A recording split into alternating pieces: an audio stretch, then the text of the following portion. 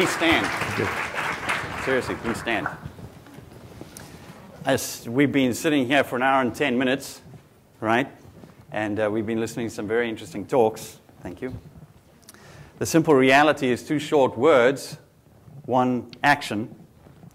When we stand to enjoy many, many health benefits. Now, I have no problem with you standing for the remainder of this talk, right? In fact, I'd encourage you to do that. But if you feel you need to sit, now's the time, okay? Let me go ahead and point out a couple of things for you, okay? First of all, sitting is common to everybody, okay? Every single one here. As I say, I look around the room and I'm watching to see how many people are standing and engaging, even if it's to give an applause. If you need an excuse to stand, you've had 5 of them so far. So I look at that and I think, you know what, when it comes to our homes, when it comes to travel, when it comes to work, when it comes to entertainment, the modern way is to basically contribute to our thinking that sedentary behavior is the way to go. In other words, sitting is what you're supposed to do, right? I sit with people in a consulting room and I ask them, what does your day look like? It's not uncommon for them, and you'll know it very well yourselves. I probably described some of you right here. It's not uncommon for these people to say, I sit in get in the car, I go to work. It takes me an hour or 2 to get to work. I then sit at a desk. I have meetings. I go through all the things I'm supposed to do. I can sit 6, 8, 10 hours. I then get back in the car and I drive home an hour or 2, depending on where I'm going, where I'm coming from. Then I get home, I sit down, I have something to eat, then I sit down in front of TV and maybe lie down a little bit while I'm there. And then I get ready to go to bed and I do the same thing the next day. Simple reality is if you go and do the math right now, I wouldn't be surprised if you find you're sitting 6, 8, 10, 12, 14 hours a day, right? So let's get that straight. Most of us sit way too much. Now the problem is, you've listened to a number of things here tonight which have indicated doing certain things are bad for you.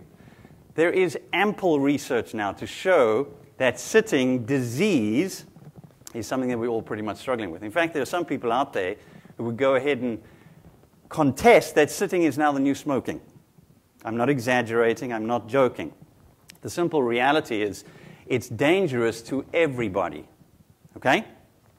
I was told this is not a technical presentation, which I'm quite happy about, because my aim very often is to speak to people in a way that enables them to realize, you know what, I need to make a change, and then empower them, hopefully, in a way that gets them doing simple things consistently enough to enjoy the benefits of good health. Okay? Now watch here.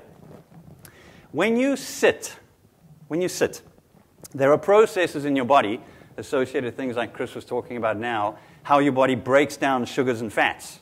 When you sit down, a lot of those processes slow down. They even stop, right?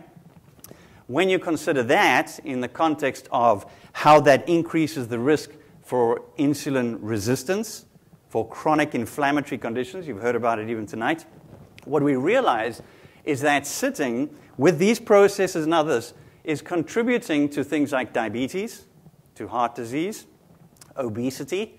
We know it's contributing to a variety of cancers, and possibly even things like stroke. Bottom line is, sitting is doing a tremendous amount of damage. So when I invite you to stand, I'm not playing, okay? I'm deadly, deadly serious. Now, I look around the room, and it's very common when I'm going to go ahead and talk, a number of people in the room are struggling with their weight, something I love to address. However, I look around at this young man and others like him, and Omar who spoke first, and you realize that, you know what, most of you are not struggling with that. You're not struggling with these kinds of things. Now, here's the caution. If you're not struggling with that, my suspicion is you would stand here and say to me, I don't smoke, I eat well, I exercise almost daily, I sleep well, I manage my stress, okay? I do all those kinds of things. Is sitting still a problem for me? And the answer is absolutely.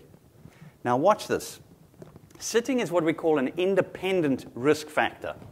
In other words, it doesn't matter how well you're living, it doesn't matter how well you're eating, it doesn't matter how well you are supplementing, or anything else that you're doing, if you are if you are accumulating, sitting for longer than an hour or two at a time, for prolonged periods, days, weeks, months, you are setting yourself up for all of the conditions and the processes that I just described, right?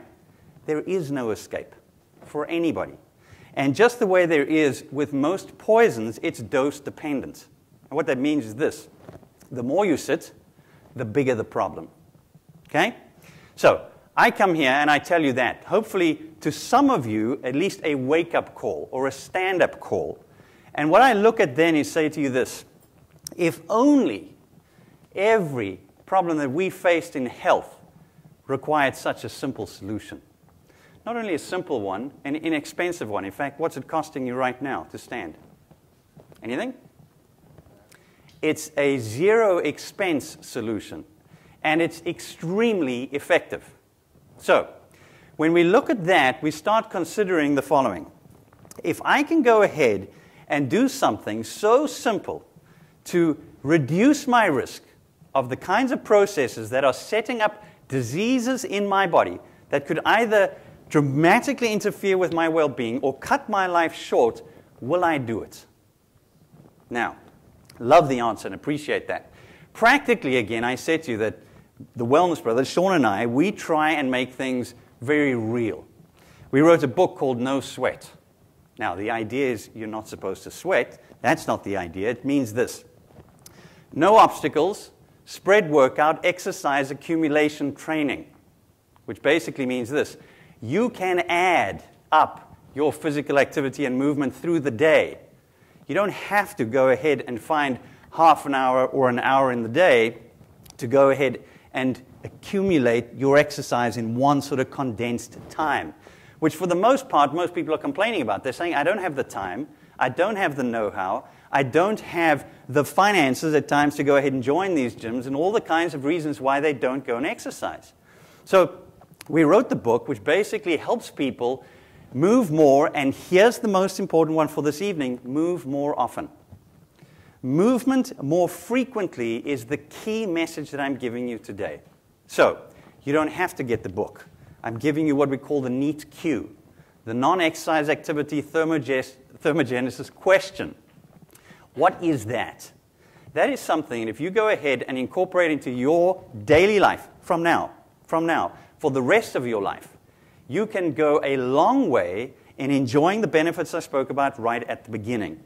So you look at that and you say, well, how do I do that? And it's very, very simple.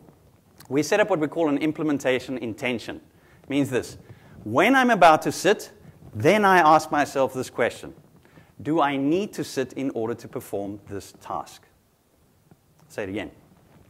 Do I need to sit in order to perform this task? When you're about to go, when you're at home, end of the day, lying down a little bit tired, and you have a commercial break, do you have to sit? No. Stand. Okay?